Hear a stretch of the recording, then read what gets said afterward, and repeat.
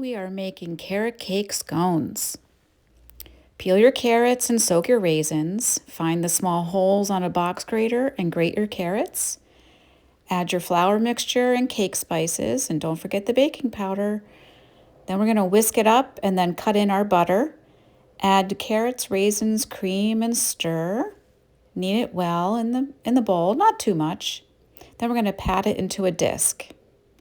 And this is going to be about 1 inch thick. Once we're done patting that, we're going to take a bowl scraper, bench scraper, or knife and cut into 8 equal wedges.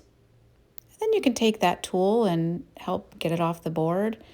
And then you're going to line all of those wedges on a parchment-lined baking tray.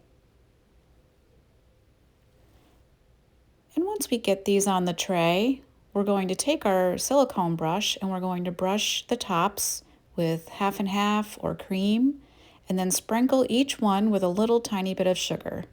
That'll make sure it's nice and crusty. We're going to put this into a preheated 425-degree oven, bake for 12 to 15 minutes till golden brown, and then drizzle with cream. Yum!